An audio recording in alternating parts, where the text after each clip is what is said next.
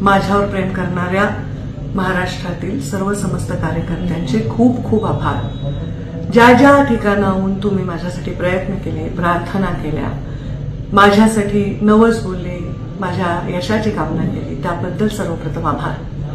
त्याचबरोबर ज्यांनी माझ्यासाठी काम केलं, अथक परिश्रम केले, कुठल्याही गोष्टीची अपेक्षा न ठेवता त्यांचेही मनापासून आभार। आणि त्या 6,77,000 लोकांचे सुद्धा मनापासून आभार, ज्यांनी अत्यंत कठीण परिस्थितीमध्ये मला मतदान केले। या देशामध्ये सगळ्यात कमी मतांनी निवडून आलेली जागा ही बीडची असेल आणि सर्वात कमी मतांनी पडलेली मला वाटतं पहिली का दुसऱ्या नंबरला माझी जागा असेल। म्हणजे इतकी टफ फाईट या अत्यंत विपरीत परिस्थितीमध्ये मी देऊ शकले ते केवळ तुमच्या सर्वांच्या जीवावर। मी लवकरच येत आहे तुमचे आभार मानण्यासाठी। काही पक्षाच्या बैठका असल्यामुळे मी मुंबईला आणि दिल्लीला जाईन।